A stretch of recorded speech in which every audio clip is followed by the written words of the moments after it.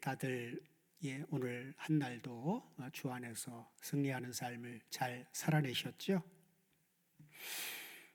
오늘은 창세기 13장 14절에서 18절 말씀 중심으로 두 번째 언약을 세워주신 하나님이라고 하는 제목의 말씀으로 함께 은혜를 나누려고 합니다. 자, 오늘 본문은 어떻게 시작을 합니까? 본문 14절을 다 같이 보시면 아래로 그냥 내려주시면 돼요. 쭉 연결해서 내려가세요. 자, 롯이 아브라함을 떠난 후에 하고 시작하죠.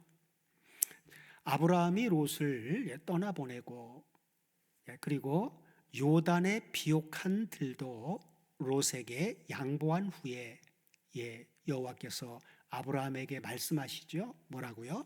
너는 눈을 들어 너 있는 곳에서 어디를 바라보라고요? 동서남북을 바라보라 하고 말씀합니다.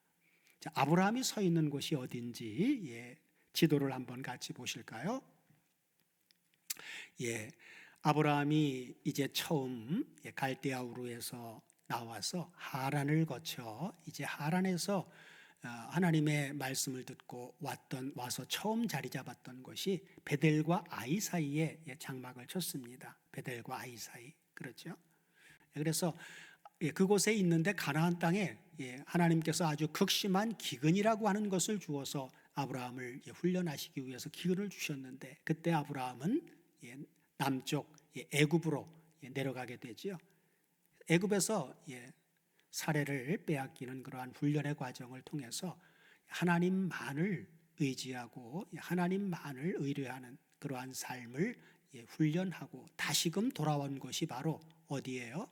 베델과 아이 사이, 원래 처음 들어와서 장막 쳤던 그곳에 아브라함이 다시 자리를 잡게 됐습니다. 그래서 바로 이곳에서 베델과 아이 사이 처음 장막을 쳤던 그곳에서 바로 동서남북을 바라보라고 하신 것이죠. 자, 아브라함이 동서남북을 바라본 후 여호와께서는 무엇을 말씀해 주십니까? 여기를 이어서 본문 15절 16절을 다 같이 보시면 다 같이 한번 보겠습니다.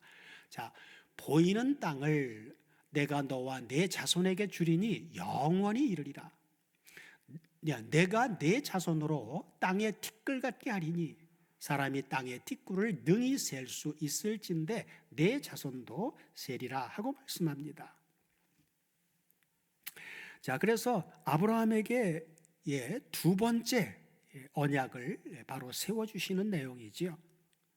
여호와께서 내가 주리니 그리고 내가 하리니 하고 아브라함에게 주신 이 언약의 핵심은 무엇입니까?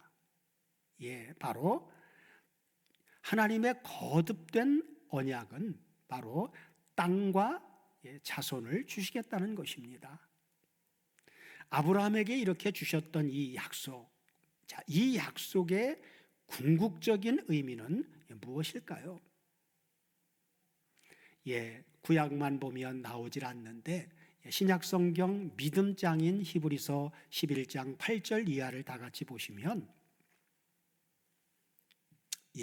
자, 믿음으로 아브라함은 부르심을 받았을 때에 순종하여 장래 기업으로 받을 땅에 나갈새 갈 바를 알지 못하고 나갔으며, 다음 절 보시면 자, 믿음으로 저가 외방에 있는 것 같이 약속하신 땅에 우거하여 동일한 약속을 유업으로 받은 이삭과 야곱으로 더불어 장막에 거하였으니 그래요.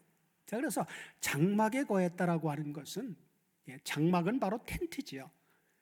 그래서 텐트는 언제든지 하나님이 가라 하시면 갈 준비가 되어 있는, 떠날 준비가 되어 있는 바로 나그네와 같은 삶을 살았다라고 하는 근거입니다. 그리고 이 장막은 출애굽 때는 성막으로도 말씀해 주고 있죠. 그래서 성막도 성령께서 구름 기둥이 움직이면 다 접어서 짐으로 싸고 옮겨가고, 이렇게 하나님이 가라고 하면 가시고 머물라고 하면 그 자리에 머물고 하는, 바로 하나님의 인도하심을 따라 세상에 머무는 것이 아니라 하나님의 인도하심을 따라 나그네처럼 사는 그러한 믿음의 삶을 증거해 주고 있는 것이죠. 자, 그래서 다음 10절을 보면 왜 그렇게 살았는지 잘 나옵니다. 그죠? 이는 하나님의 경영하시고 지으실 터가 있는 무엇을요? 성을 바랐음이니라 하고 말씀합니다. 자, 그래서 하나님이 경영하시고 지으실 터가 있는 이 성에서 터라고 하는 이 터는 무엇을 말씀하는 것일까요? 사람들은 터하면 성을 짓는 그 땅, 집을 짓는 터 할 때 이런 발로 딛고 다니는 땅을 이야기하는데, 성경은 그 의미 속에 하나님 나라에서 주고자 하시는 실상이 있다라고 하는 것을 우리는 알아야만 됩니다. 그래서 고린도전서 3장 11절, 10절, 11절을 다 같이 보시면 이렇게 말씀합니다. 자, 내게 주신 하나님의 은혜를 따라 내가 지혜로운 건축자와 같이 터를 닦아두매. 사도 바울이 지금 복음 전하는 삶을 사는 것을 바로 건축자와 같은 그러한 것으로 비유하면서 건축자와 같이 터를 닦아두매 그러면서 다른 이가 그 위에 세우나 그러나 각각 어떻게 그 위에 세우기를 조심할지니라 그래요. 그러면서 11절 분명하게 말씀해 주죠. 이 닦아둔 것 외에, 그렇죠, 바울이 닦아둔 그 터 외에 다른 터를 닦아둘 자가 없으니 그래요. 그러면서 이 터는 바로 뭐라고요? 곧 예수 그리스도라 그래요. 그렇죠. 그래서 성경이 말하는 터는 바로 땅을 말하는 것이 아니라 복음을 전하는 그러한 믿음의 사람에게 있어서 터는 바로 예수 그리스도가 터예요. 자, 그래서 고린도전서 3장 11절의 터는, 자, 원문을 보게 되면 이 터는 단수로 나옵니다. 단수로 나와서 예수 그리스도 바로 한 분을 말해주고 있는데, 그렇다면 히브리서 11장 10절의 터도 단수일까요? 그래서 히브리서 11장 10절을 원문으로 보시면 자, 어떻게 나옵니까? 터라고 하는 단어가 명사의 목적격 남성 복수로 나오죠. 우리말로는 그렇죠. 터가 있는 성을 말했다. 그래서 이제 터를 주격으로 그리고 단수로 번역을 했는데, 원문은 복수이고 그리고 주격도 아니라 목적격이에요. 그리고 바로 옆에 있는이라고 번역된 있는이라고 하는 이 단어도 바로 에코라고 하는 동사의 현재 분사입니다. 에코 동사의 현재 분사는 어떻게 번역을 해야 되느냐? 에코 동사는 소유하다 그런 의미를 가지고 소유하다. 그래서 소유하다라고 하는 이 에코 동사의 현재 분사는 어떻게 번역을 해야 됩니까? 소유하고 있는, 소유하고 있는 이렇게 번역을 해줘야 되죠. 그 다음에 뒤에 성을 바랐음이라 해서 이 바랐음이니라라고 하는 부분도 바로 뭐로 나오느냐? 1551번 에크데코마이라고 하는 단어, 에크데코마이 맨 앞에 부분에 있죠. 자, 이 에크데코마이는 바로 기다리다라고 하는 의미입니다. 기다리다. 그리고 이 에코 동사의 바로 직설법 미완료 중수 디포테로 나와요.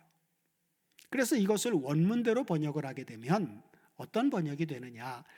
터들을, 터가 아니라 터들을, 목적격이니까 터들을 소유하고 있는 성을, 중수 디포테니까 자신을 위해 그리고 하나님에 의해서 자신이 기다리고 있었다 라고 하는 것이 됩니다. 자, 그러면 아브라함이 자신을 위해서 하나님에 의해서 자신이 기다리고 있던 이 터들이 있는 성은 무엇이고 이 성은 어디에 있는 것입니까? 히브리서 11장 16절을 다 같이 보시면 다 같이 한번 보겠습니다. 자, 저희가 이제는 더 나은 본향을 사모하니, 곧 하늘에 있는 것이라 그러죠. 땅에 있는 게 아니란 말이에요. 더 나은 본향, 그건 하늘에 있는 것이다. 그러면서 그러므로 하나님이 저희 하나님이라 일컬음 받으심을 부끄러워 아니하시고 저희를 위하여 한 성을 예비하셨느니라 그러죠. 그래서 아브라함에게 동서남북을 바라보라 그러면서 아브라함은 장막에 거하면서 하나님의 인도하심을 따라 살았는데, 아브라함에게 주시고자 한 이 약속인 바라보도록 한 궁극적인 것은 바로 땅에 있는 것이 아니라 아브라함은 하늘에 있는 본향을 사모하면서 살았다는 것입니다. 하나님은 그 본향 한성을 예비해 놓으셨다 그 말이죠. 자, 그래서 요한계시록 21장 2절 이하를 2절과 9절 이하를 보시면 이것을 더 하늘에 있는 한성, 이것을 더 아주 구체적으로 그리고 더욱 분명하게 우리에게 계시해 주고 있습니다. 자, 먼저 21장 2절 다 같이 보시면, 자, 또 내가 보매 거룩한 성 새 예루살렘이 하나님께로부터 하늘에서 내려오니 그 예비한 것이 신부가 남편을 위해서 단장한 것 같더라 그래요. 그래서 한성은 바로 하늘에 있는 하나님이 예비한 한성은 계시록에 오니까 바로 어떤 성이에요? 거룩한 성 새 예루살렘을 말해주고 있죠. 거룩한 성 새 예루살렘. 그래서 하늘에서 사도 요한은 그 하늘에 있는 거룩한 성 새 예루살렘이 내려오는 광경을 보고 있는 거예요. 그런데 그 모습을 어떤 모습으로요? 그 예비한 것이 신부가 남편을 위해서 단장한 것 같다 그래요. 그래서 여기 신부라고 하는 단어가 바로 3565번 림페라고 하는 단어인데, 이 단어는 립토라고 하는 단어에서 유래가 됐어요. 이 립토라고 하는 단어는 신부처럼 베일을 차다, 베일을 차다 얼굴을 가리운 거죠. 보지 못하게. 그래서 거기서 유래한 단어인데, 이건 젊은 신부, 젊은 신부. 그래서 베일을 쓴 또는 정혼한 여인도 포함된다고 되어져 있습니다. 그리고 뒤에 보면 함축적으로 며느리라고 하는 의미도 있어요. 그죠? 자, 예수 그리스도와 우리와의 관계는 신랑과 신부의 관계여서 신부이지만, 함축적으로 며느리라고 하는 것은 바로 아버지 하나님과 우리와의 관계 입장에서 이제 며느리라고 하는 의미도 있는 것이죠. 자, 그래서 이제 계시록 21장 9절 이하를 보면 더 구체적으로 바로 터들이 있는 성이라고 했을 때 이 터들이라고 하는 것을 거룩한 성 새 예루살렘, 바로 신부, 그리스도의 신부인 그런 모습을 보여주면서 더 구체적으로 얘기해 주는데, 7 대접을 가지고 마지막 7 재앙을 담은 7 천사 중 하나가 나와서 내게 말하여 가로되 이리 오라. 사도 요한을 부르는 거죠. 가까이 와라. 그리고 내가 신부 곧 어린 양의 아내를 너에게 아주 세세하게 똑똑하게 보여주마.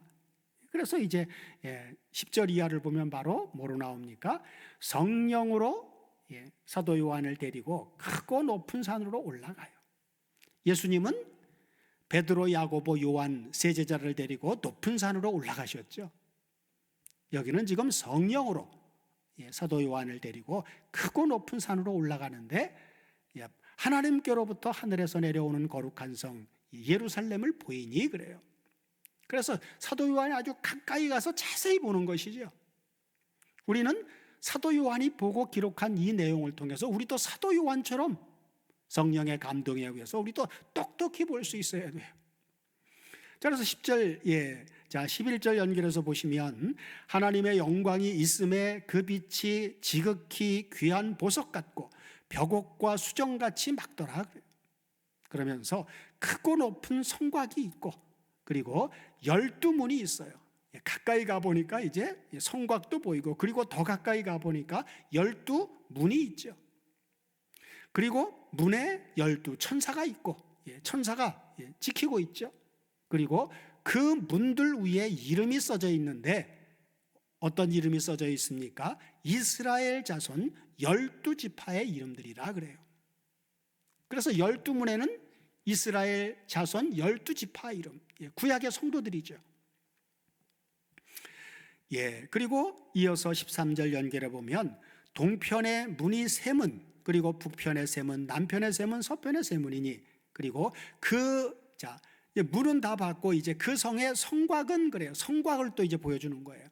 그 성의 성곽은 뭐가 있습니까? 성곽은 12기초석이 있고 위에 어린 양의 12사도의 12 이름이 있더라 그래요. 이건 신약의, 그렇죠? 신약의 바로 대표적인 12사도를 말해주고 있죠. 그래서 12사도를 얘기할 때는 기초석이라고 얘기를 해요. 기초석. 그죠? 그래서 원문을 보시면 여기에 이제 기초석이라고 번역된 이 부분이 원문을 보면 바로 뭐로 나옵니까? 아까 이는 아브라함을 위해서 본향 한 성을 예비했다고 할 때 그 터가 있는 성 할 때 그 터라고 하는 단어죠. 데멜리오스라고 하는 단어인데 여기는 보면 단수가 아닌 뭐로요? 명사의 목적격 남성 복수형으로 나옵니다. 그렇죠? 그래서 이게 터들이에요. 터들. 기초들. 그렇죠? 12기초리니까 이게 복수잖아요. 단수가 아니잖아요. 그렇죠? 그래서 그것은 어린 양의 12사도다. 그래서 우리가 신약성경 에베소서가 이제 성전을 짓는 얘기가 나오는데 하나님 나라의 성전 단수 이제 개인을 말하는 것이 아니라 모든 성도들이 다 성전으로 지어지는 그러한 성전을 이야기할 때 사도들과 선지자들의 터 위에 세워진 성전으로 얘기해 주고 있습니다. 사도들과 선지자들, 그렇죠? 사도들은 신약의 사도, 선지자들은 구약의 선지자들을 이제 얘기해 주고 있죠. 거룩한 성 새 예루살렘은 구약의 12지파 그리고 신약의 12지파가 함께 하나로 완성되어진 그러한 모습을 보여주고 있는 것이죠. 자, 계시록 21장 19절 이하도 다 같이 보시면 그 성의 성곽의 기초석은 각색 보석으로 꾸몄는데 첫째 기초석은 벽옥이요, 둘째는 남보석이요, 셋째는 옥수요, 넷째는 녹보석이요, 다섯째는 홍만호요, 여섯째는 홍보석이요, 일곱째는 황옥이요, 여덟째는 녹옥이요, 아홉째는 담황옥이요, 열째는 비치옥이요, 11째는 청옥이요, 12째는 자정이라. 그래서 이 12사도들로 이루어진 기초석을 이렇게 보석들로 비유를 해주고 있는 거예요. 완성된 하나님 나라에 들어간 하나님의 대표되는 12지파에 대표되는 이 하나님의 자녀들의 모습을, 이 영광스러운 모습을 표현하려니 세상에서 가장 귀중하다라고 하는 보석으로 비유를 해서 말씀해 주신 것이죠. 그래서 다음 절 연결해서 보시면 19절에 이제 원문 한번 보면 19절에도 바로 그 성의 성곽의 기초석은 할 때 이 기초석이 바로 데멜리오스 그리고 첫째 기초석은 할 때 데멜리오스, 전부 이것이 바로 이제 터라고 하는 이제 단어입니다. 성곽 12사도의 이름이 기록되어져 있는 성곽들이죠. 자, 이어서 계시록 21장 다음 이제 19절 원문 이제 확인해서 받고 보시면 그렇게 나오죠. 다음 21절 이하를 같이 보시면, 자, 그 12문은 12진주니 문마다 한 진주요 성의 길은 맑은 유리 같은 정금이더라. 그러면서 22절 분명하게 얘기해 주죠. 성 안에 성전을 내가 보지 못하였으니 이는 주 하나님 곧 전능하신 이와 및 어린 양이 그 성전이심이라 그래요. 하나님 나라의 실제 성전은 지상의 모형으로 지었던 성막 또는 솔로몬 성전과 같은, 그리고 오늘날 교회를 성전이라고 그렇게 말하기도 하는데 그건 다 건물을 그렇게 이제 말하는데 하나님 나라에는 건물이 없습니다. 그렇죠? 완성된 하나님의 나라는 성전도 모두가 다 아버지 하나님과 우리 주 예수 그리스도와 그리고 아버지와 주님에 의해서 죄사함을 받고 의롭다함을 받은 보배로운 믿음을 가진 성도들 모두를 가리켜서 바로 성전 그렇게 비유해서 말씀해 주고 있는 것이죠. 3차원 공간에 살고 있는 인간의 지식으로 하나님의 나라를 이해할 수 없으니 이 땅에 있는 동안 구약에는 모형과 그림자로서 어린아이와 같은 성도들에게 이해할 수 있도록 하기 위해서 시청각 교육으로 교육을 시키다 보니 사람의 눈으로 보이는 건물, 이러한 것들로 지어서 거기에서 섬기도록 그렇게 이제 역사를 하셨으나 우리는 신약 성경을 통해서 하나님 나라의 실상을 세세하게 볼 수 있어야 됩니다. 그래서 우리는 아브라함이 그렇죠? 가나안 땅에 들어가서 하나님이 바라보라고 한 동서남북을 바라보면서 했지만, 그러나 아브라함은 땅에 있는 약속의 땅인 지상의 가나안 땅을 바라보고 산 것이 아니라 하나님이 예비하신 거룩한 성 새 예루살렘을 바라보면서 나그네와 같은 삶을 살아갔던 것이지요. 자, 이 거룩한 성 새 예루살렘이라고 하는 이 완성된 하나님 나라의 여기에 우리가 성전의 하나의 모퉁이 돌로서 우리가 여기에 들어가려면, 우리도 여기에 들어가서 자리를 잡으려면 우리가 아무나 여기에 들어가서 자리 잡을 수 없죠. 그래서 요한계시록에서 말씀하는 이 거룩한 성 새 예루살렘에 들어갈 수 있는 사람의 자격, 누가 이 거룩한 성 새 예루살렘을 유업으로 받아서 그 성전의 일부로 자기가 거기에 들어가게 되어지는지, 그것은 바로 요한계시록 21장 7절을 보시면, 자, 다 같이 한번 보시면 나오죠. 이기는 자는 이것들을 유업으로 얻으리라. 그렇죠? 이기는 자는 이것들을 유업으로 얻으리라. 나는 저의 하나님이 되고 그는 내 아들이 되리라 하고 말씀해 주고 있죠. 누가 거룩한 성 새 예루살렘에 당당히 들어갈 수 있습니까? 계시록에서는 이기는 자가 들어가는 거예요. 이기는 자. 그렇죠? 아무나 들어갈 수 있는 것이 아닙니다. 그래서 요한계시록은 1장부터 보면 환난 가운데 있는 교회들을 하나님께서 위로하고 격려하기 위해서, 그리고 그들에게 이기는 자가 될 수 있도록 힘을 주시기 위해서 기록한 것인데, 1장을 보면 누가 등장을 합니까? 사복음서에서는 이 땅에서 살다가, 그렇죠, 결국 대속제물로 십자가에 죽어지는 예수 그리스도로 끝나지만, 요한계시록은 그분은 사도행전에서 승천해서 하나님 보좌 우편에 앉아 계시는 분으로 그렇게 나오지만, 계시록에서는 하나님 보좌 우편에 앉아 계신 분이 아니라 계시록 1장부터 바로 7 교회 사이에 다니시는 분, 7 교회의 사역자들을 그 손으로 붙잡고, 그리고 7 교회 사이를 다니시면서 활동하시는 분으로 소개를 하고 있습니다. 계시록을 기록할 때뿐만이 아니라 오늘날 지구상에 하나님의 교회로 살아가고 있는 우리의 삶의 현장에서도 주님은 지금 우리와 함께 살아서 역사하시면서 다니시면서 함께 역사하시는 그런 예수 그리스도의 모습을 우리가 계시록 강해를 이제 하겠지만 볼 수 있어야 됩니다. 그래서 주님은 계시록 2장 3장에서 7 교회라고 하는 완전수인 7 교회의 내용을 통해서 보면 마무리를 어떻게 합니까? 이기는 자는 7번이나 이기는 자는 하고 하면서 7 교회들을 격려하고 있죠. 그래서 여기 이기는 자는 어떤 사람들이 이기는 자냐? 앞으로 계시록을 나눌 때 구체적으로 나누겠지만 7 교회의 그 내용들을 우리가 머릿속에 가지고 있어야만 됩니다. 그 모든 상황 속에서 우리는 이기는 자들만이 거룩한 성 새 예루살렘에 당당히 자기 영광을 가지고 들어갈 수 있는 그런 자격이 주어지는 것이죠.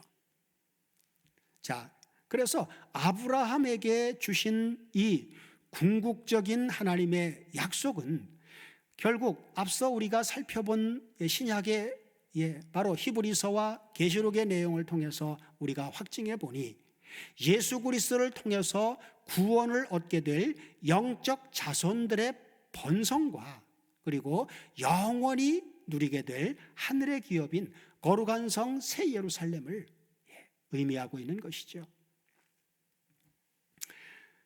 우리는 여기서 오늘 본문, 우리는 이제 창세기 13장 지난주 본문인 10절에서 13절, 13절에서 바로 롯이 선택한 기업이 나오고, 그 다음에 14절에서 18절 오늘 본문에서는 아브라함에게 주신 축복이 나오는데, 이 둘이 서로 대조되어 있다는 것에 유념해야만 합니다.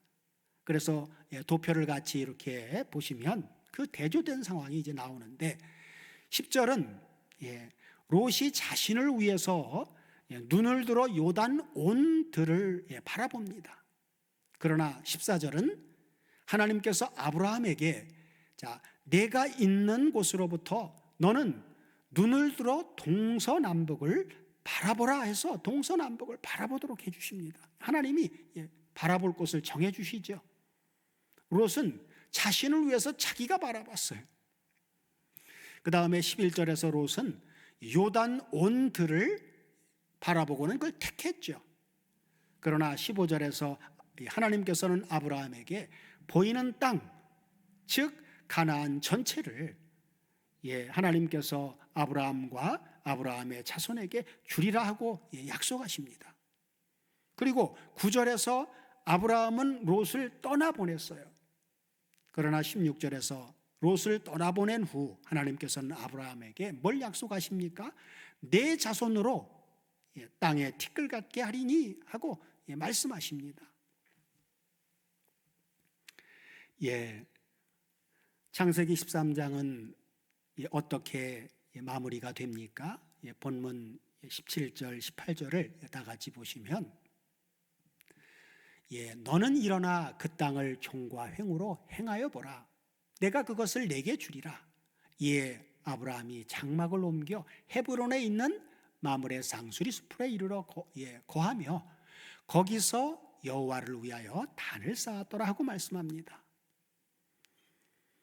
헤브론은 연합, 친구, 동료라고 하는 의미이고, 거기서 여호와를 위하여 단을 쌓았다는 것은 아브라함이 메시아 언약을 믿는 믿음으로 하나님과 동행하는 삶을 살았다는 것을 의미합니다. 사랑하는 다솜교회 가족 여러분, 오늘 본문은 우리에게 무엇을 말씀해 주고 있습니까?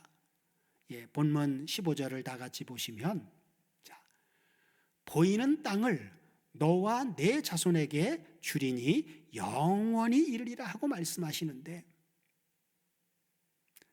만약에 아브라함이 롯을 떠나보내지 아니하고, 그리고 떠나보내면서도 애굽처럼 보이는 소돔 땅을 아브라함이 택했어도 하나님께서 아브라함에게 보이는 땅을 너와 내 자손에게 주리니 영원히 이르리라 하고 약속하셨겠습니까? 우리는 깊이 생각해 보아야 되죠. 이건 아브라함의 이야기만이 아니라 오늘 우리에게 적용하면, 골로새서 3장 5절 이하를 다 같이 보시면 오늘날 우리에게 성경은 어떻게 말씀해 주고 있습니까? 다 같이 한번 보시면, 그러므로 땅에 있는 지체를 죽이라 그래요. 그것은 바로 뭡니까? 곧 음란과 부정과 사욕과 악한 정욕과 탐심이니 탐심은 우상 숭배니라 그래요. 그렇죠? 이게 땅에 있는 지체들을 죽이라는, 그러면서 이것들을 인하여 하나님의 진노가 임하느니라. 그러면서 너희도 전에, 그렇죠? 전에 그 가운데 살 때에는 그 가운데 행하였으나, 다음 절 보면, 이제는 너희가 이 모든 것을 벗어버리라 그래요. 벗어버리라. 그렇죠? 곧 분과 악의와 회방과 너희 입에 부끄러운 말이라. 너희가 서로 거짓말을 말라. 옛사람과 그 행위를 벗어버리고 그래요. 그렇죠? 옛사람과 그 행위를 벗어버리라. 우리에게도 바로 롯과 같은, 그렇죠, 세상을 바라보고 세상을 낙원처럼 생각하고 세상을 동경하게 되어지고 세상을 사랑하는 그 옛사람, 롯과 같은 그 옛사람과 그 행위를 벗어버리라고 오늘 우리에게 말씀해 주고 있는 것이죠. 왜 이렇게 벗어버리라고 합니까? 바로 10절에서 이렇게 말씀해 주고 있죠. 너희들은 새 사람을 입었기 때문이다. 그러면서 이 새 사람이라고 하는 것은 이는 자기를 창조하신 자의 형상을 쫓아 지식에까지 새롭게 하심을 받은 자니라 하고 말씀해 주고 있습니다. 그렇죠? 자, 우리는 그래서 과거에는 옛사람으로 살았지만 이제는 우리는 예수 안에 있는 새로운 피조물을 만들어 주었다라고 하는 것은 그것을 새 사람을 입었다고 얘기를 해주는 거예요. 새 사람은 바로 자기를 창조하신 자의 형상을 쫓아 어디까지요? 몸만이 아니라 지식에까지 새롭게 하심을 입은 자니라 하고 말씀해 주고 있습니다. 우리가 그리스도 예수 안에 있다라고 하는 사실, 주님과 연합시켜 주었다라고 하는 사실은 이제는 내 지식으로 사는 것이 아니라 누구의 지식으로 살아야 돼요? 주님의 지식으로 살아야 됩니다. 그래서 여기 새 사람을 입은 너희라고 하는 이 너희라고 하는 사람들의 상태는 어떤 사람들인지 바로 앞에 배경을 보면 골로새서 3장 1절 이하를 보시면 이렇게 말씀해 주고 있습니다. 자, 그러므로 너희가 그리스도와 함께 다시 살리심을 받았으면 어디 것을 찾으라고요? 위의 것을 찾으라. 자, 너희가 그리스도와 함께 살리심을 받았으면 이라고 하는 받았다라고 하는 것 이전에 어떤 내용이 여기에 함축되어져 있습니까? 그리스도와 함께 살리심을 받기 이전에 먼저 죽는 사건이 있어야 되죠. 주님과 함께 죽었다가 주님과 함께 장사 지내는 바 되었다가 주님과 함께 살아나는 사건. 살리심을 받았다면, 그렇죠? 장사 지낼 때 뭘 장사 지냈다고 그래요? 육체와 함께 정과 욕심을 십자가에 못 박아 버렸다고 하죠. 그러니까 새 사람이라고 하는 겁니다. 육체와 함께 정과 욕심을 십자가에 못 박았다라고 하는 이 십자가에 못 박은 이것을 한 단어로 말하면 옛사람이라고 얘기를 하는 거예요. 옛사람. 그것은 바로 첫사람 아담이 선악과를 먹음으로 말미암아, 그렇죠? 한 사람으로 말미암아 모든 사람이 죽게 된 그것을 가리켜서 바로 옛사람이라고 얘기를 하는 것이죠. 아버지가 우리를 사랑해서 2000여 년 전 바로 주님을 성육신에서 보내서, 그렇죠, 십자가에 죽고 장사 지낸 바 되었다가 살아나는 역사 속에 실제로 현실화했습니다. 그때 우리는 어디 있었습니까? 그때 우리는 그리스도 안에 갈빗대로 있었지요. 우리는 기억도 못하고 우리는 경험도 없는 것처럼 기억도 못하지만 그때 우리는 주님과 함께 그의 갈빗대로 함께 죽고 장사 지낸 바 되었다가 함께 살아나서 승천할 때 함께 하나님 보좌 우편에 앉힌 바 되어지는 놀라운 역사를 그때 하나님은 이미 이루어 놓으셨습니다. 그리고 그 이후 십자가 이후 한참 세월이 지난 1900년 이상이 지난 오늘날 지구상에 혈과 육 속에 태어나게 하세요. 이것을 가리켜서 시간의 역순이라고 얘기를 합니다.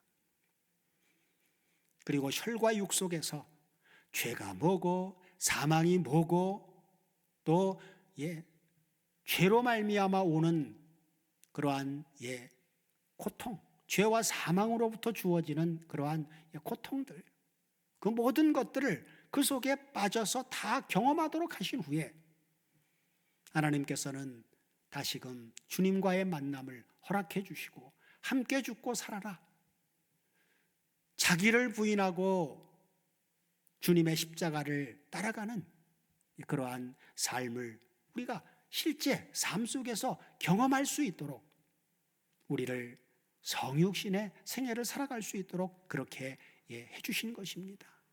지금 우리는 하늘 본향을 사모하는 가운데 나그네와 같은 삶을 살아가고 있는 것이죠. 그래서 다음 절 보면 나오죠. 골로새서 3장 1절 이하를 같이 보시면, 다시 보시면, 자, 그러므로 너희가 그리스도와 함께 살리심을 받았으면 위의 것을 찾으라. 거기는 그리스도께서 하나님 우편에 앉아 계시느니라 그래. 그러면서 위의 것을 생각하고 땅의 것을 생각하지 말라.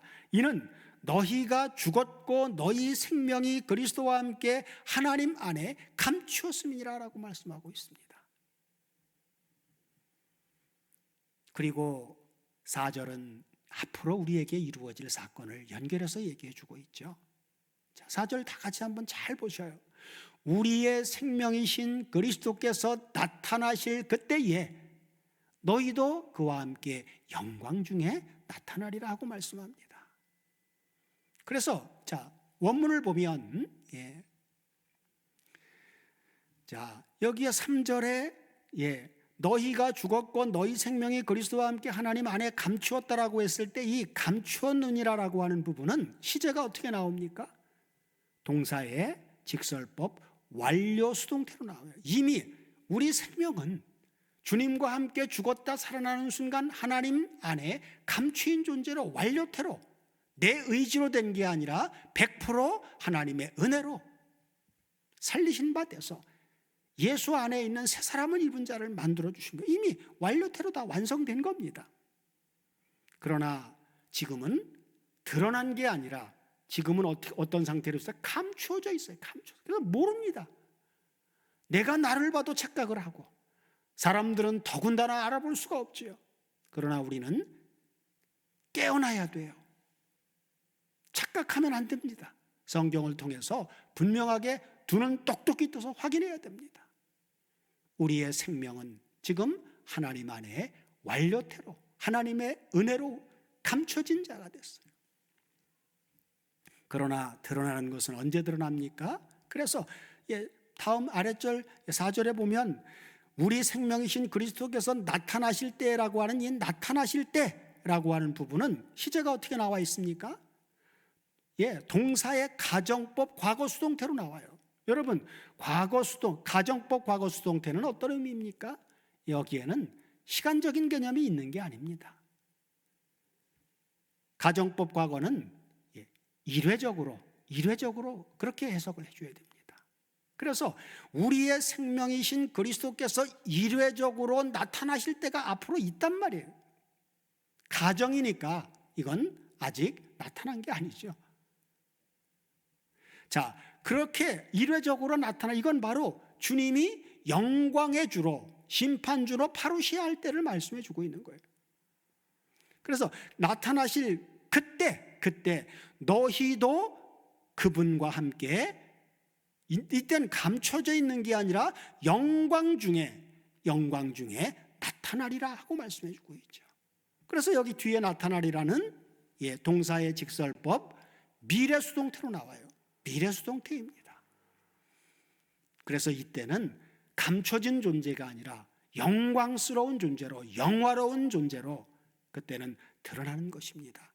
그래서 여기에 나타나리라고 하는 단어가 파네로라고 하는 헬라어 파네로라고 하는 단어인데 이 단어는 명백하게 나타나다 그런 의미를 가지고 있고 이 단어는 어디에서 유래가 됐느냐 하면 파네로스라고 하는 단어에서 유래가 됐는데 파네로스라고 하는 단어는 어떤 의미가 있느냐?